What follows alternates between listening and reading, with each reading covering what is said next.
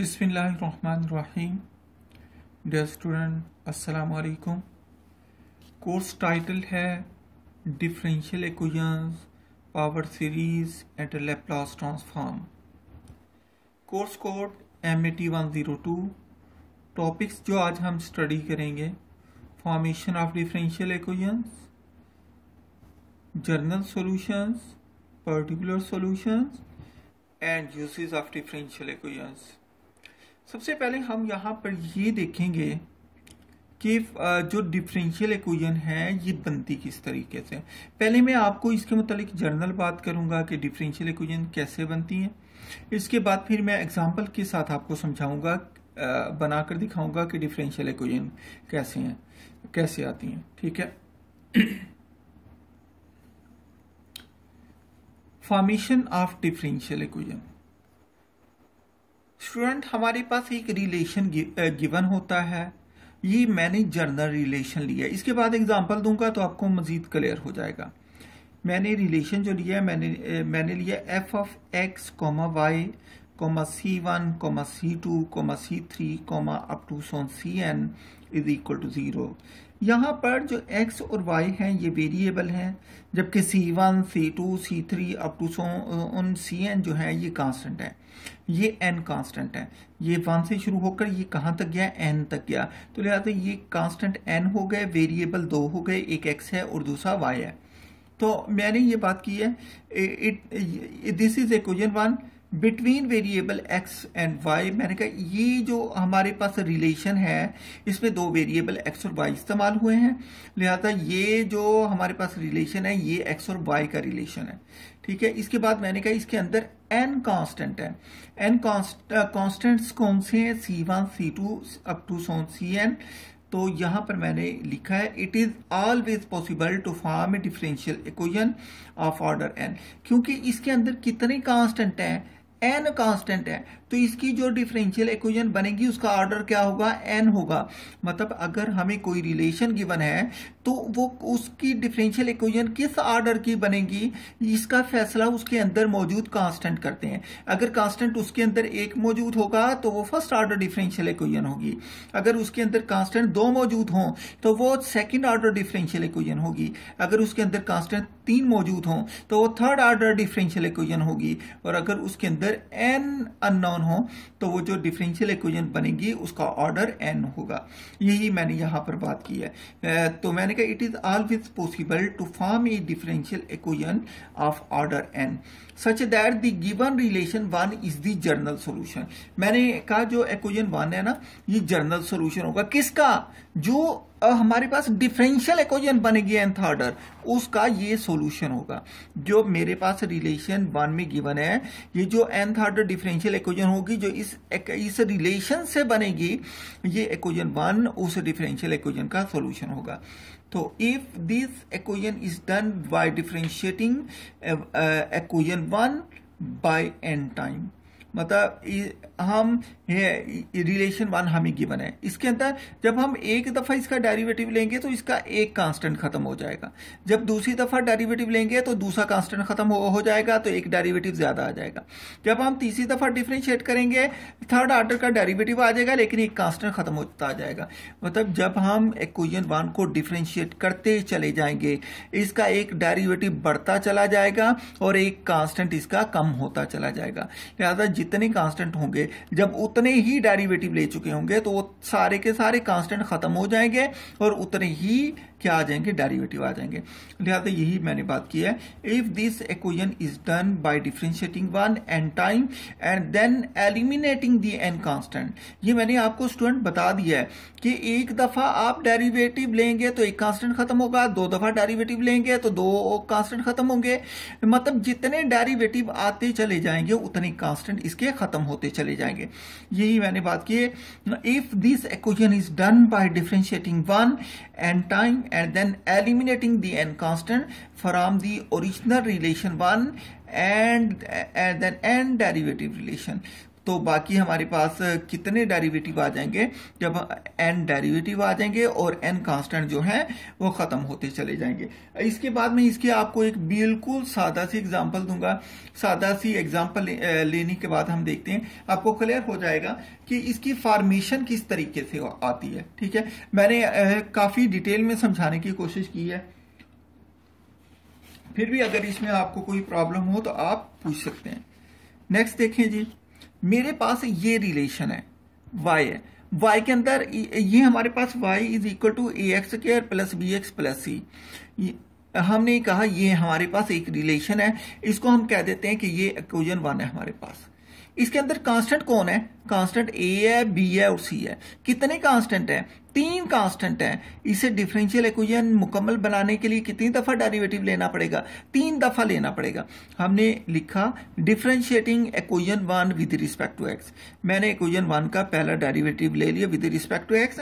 जब पहला डेरिवेटिव लिया तो a कांस्टेंट शुरू में था, x स्क्वायर का डेरिवेटिव 2x हो गया, लिहाजा ये 2ax हो गया, प्लस जब इसका डेरिवेटिव लिया तो x का 1 हो गया, बाकी b बचा, ये c कांस्टेंट था, लिहाजा ये खत्म हो गया, ये 0 हो गया। ठीक है, लिहाजा जब हमने एक दफा डेरिवेटिव ले लिया तो एक कांस्टेंट खत्म हो गया c। अब हम इसका दोबारा डेरिवेटिव लेते हैं विद रिस्पेक्ट टू x।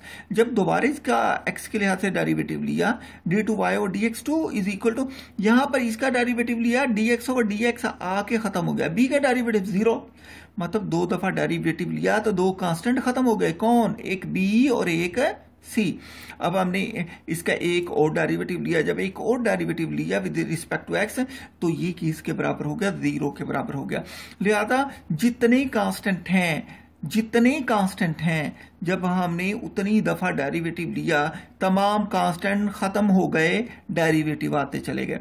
लिहाजा ये जो हमारे पास डिफरेंशियल इक्वेशन d3y और dx3 इज इक्वल टू 0 है, ये डिफरेंशियल इक्वेशन है किसकी, 1 की। और 1 क्या है, जो रिलेशन 1 है ये डिफरेंशियल इक्वेशन का सॉल्यूशन है। आप पुट करके देख लें, दोनों साइडें सेटिस्फाई हो जाएंगी।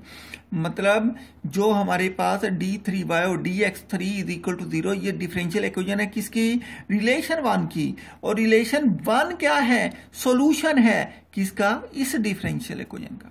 तो लिहाजा इसके बाद में इसके सॉल्यूशन की बात कर रहा हूं, तो मैं कहूंगा सॉल्यूशन की कितनी काइंड है, there are 2 kinds of solution of the differential equation. लिहाजा डिफरेंशियल इक्वेशन की 2 टाइप हो सकती हैं। एक टाइप क्या हो जाएगा, जनरल सॉल्यूशन हो जाएगा, और दूसरी टाइप क्या हो जाएगी, पर्टिकुलर सॉल्यूशन हो जाएगा।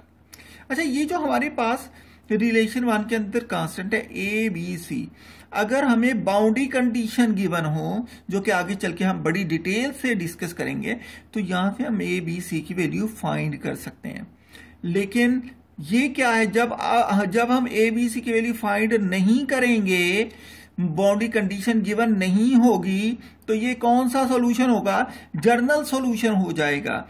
लेकिन अगर इसकी बाउंड्री कंडीशन गिवन हो और हम y से a, b और c की वैल्यू फाइंड कर सकें, तो ये क्या हो जाएगा, ये पर्टिकुलर सॉल्यूशन हो जाएगा।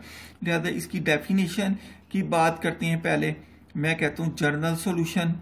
जनरल सॉल्यूशन क्या है, a solution of differential equations in which initial values or boundary values are not given।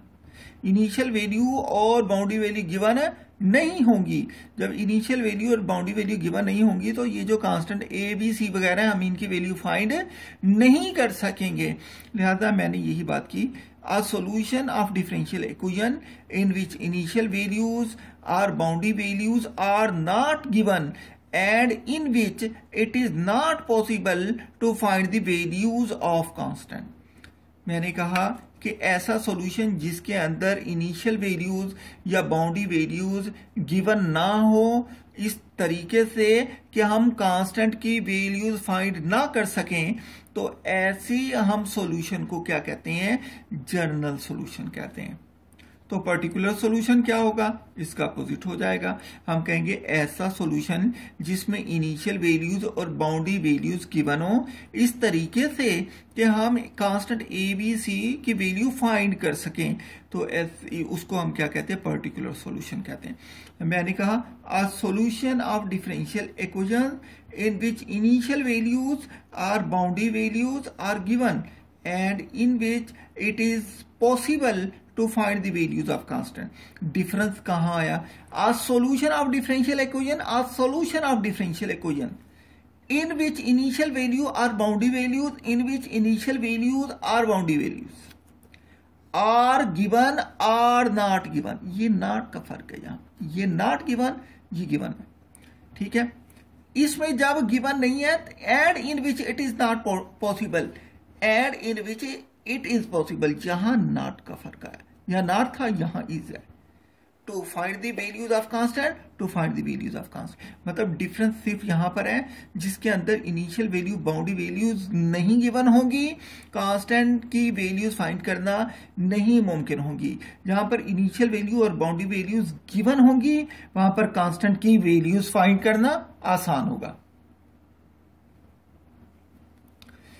Next है G uses of differential equation. Differential equation कहां यूज होती हैं, ठीक है। Differential equations occur in mathematical formulation of many problem in science and engineering. जब हम कोई भी हमारे पास प्रॉब्लम होता है स्टूडेंट, सबसे पहले हम उसका मैथमेटिकल मॉडल बनाते हैं। उस मैथमेटिकल मॉडल को मैथमेटिकल फार्मूलेशन भी कहते हैं। जब वो मैथमेटिकल मॉडल बन जाता है तो मैथमेटिकल मॉडल को सॉल्व करते हैं। तो हम जब भी साइंसेस के अंदर मैथमेटिकल मॉडल बनाएं या इंजीनियरिंग के अंदर मैथमेटिकल मॉडल बनाएं तो हम क्या इस्तेमाल करते हैं, हम डिफरेंशियल इक्वेशन हर जगह इस्तेमाल होती है वहां पर। इनमें से कुछ मैंने एग्जांपल दी हैं। तो number 1, to determine the motion of projectile, rocket, satellite और प्लैनेट। हमने प्रोजेक्टाइल की मोशन क्या है ये मालूम करना, रॉकेट की मोशन क्या है, सैटेलाइट की मोशन क्या है, उसका ऑर्बिट की शक्ल कैसी है, जो प्लैनेट है उसकी मोशन क्या है और वो घूमते जब वो मूव करते हैं तो उनका पाथ क्या बनता है, ठीक है। ये सारी की सारी हमें डिफरेंशियल इक्वेशन की हेल्प से ही पता चलता है। हमने किसी सर्किट का चार्ज फाइंड करना हो या फ्लो ऑफ चार्ज जिसे करंट कहते हैं वो फाइंड करना हो किसी भी इलेक्ट्रिक सर्किट के अंदर, तो हम क्या बनाते हैं, डिफरेंशियल इक्वेशन इस्तेमाल करते हैं इसको सॉल्व करने के लिए। जब डिफरेंशियल इक्वेशन को सॉल्व करते हैं, हमें चार्ज पता करना हो या सर्किट के अंदर करंट का फ्लो कितना है ये देखना हो, इसके लिए हम डिफरेंशियल इक्वेशन का ही सहारा लेते हैं।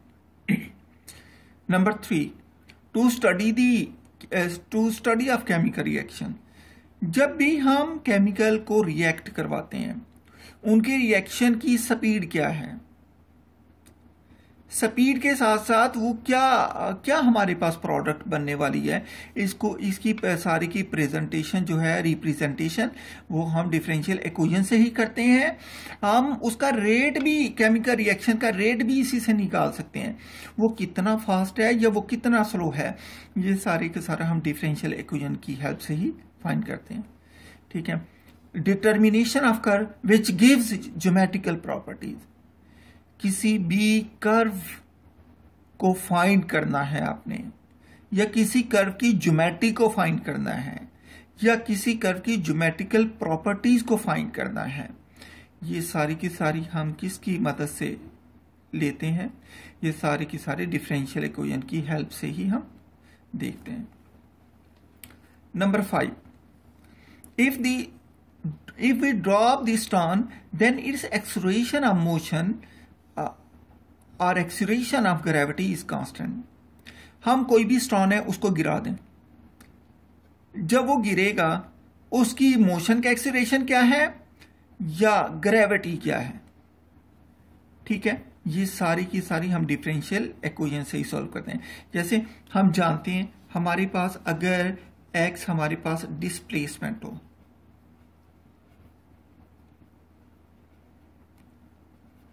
तो डिस्प्लेसमेंट का जो टाइम डेरिवेटिव होगा वो हमारे पास वेलोसिटी हो जाएगी, ठीक है। और वेलोसिटी को हम v से डिनोट करते हैं। अगर हम डिस्प्लेसमेंट का एक और डेरिवेटिव ले लें t के लिहाज से, t के लिहाज से लेंगे, टाइम के लिहाज से, तो इसको हम इसको हम v के डेरिवेटिव के बराबर कहते हैं। और जो v का डेरिवेटिव होता है ये एक्सीलरेशन होता है। अगर तो मोशन हॉरिजॉन्टल डायरेक्शन में है तो एक्सीलरेशन a होगा। अगर मोशन वर्टिकल है, नीचे की तरफ है तो g पॉजिटिव है, मतलब एक्सीलरेशन पॉजिटिव है। अगर ऊपर की तरफ है तो एक्सीलरेशन नेगेटिव है। बात क्लियर होगी। तो यही मैंने बात की है कि यहां पर मैंने कहा d2x/dt2 is equal to c कह दिया, c एक्सीलरेशन है, बेशक ये कह दें आप, ठीक है।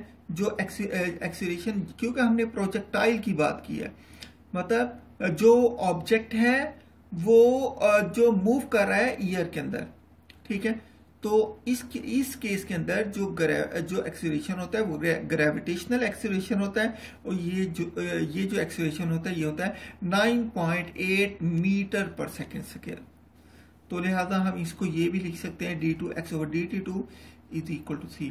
इसके अलावा स्टूडेंट फर्दर इसके यूजेस हैं, जैसे न्यूटन लॉ ऑफ कूलिंग है, ठीक है। न्यूटन लॉ ऑफ कूलिंग की हम बात आगे करेंगे, इसको बल्कि सॉल्व भी करने की कोशिश करेंगे।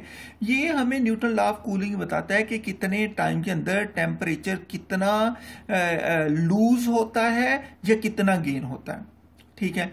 आप देखें जो हमारे पास प्लांट हैं, प्लांट की ग्रोथ रेट जो है वो चेक करना कि कितने टाइम के अंदर कितना ग्रो करता है, ये भी हम डिफरेंशियल इक्वेशन की हेल्प से ही फाइंड करते हैं।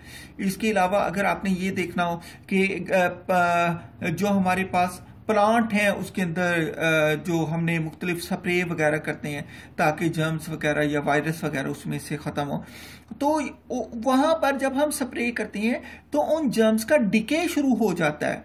वो कितने टाइम के अंदर कितने मरते हैं ये भी हम डिफरेंशियल इक्वेशन की मदद से ही हम ये बताते हैं कि वहाँ पर डिके कितना हुआ या प्लांट जो है उनकी ग्रोथ कितनी हुई, ठीक है। Thank you. अल्लाह।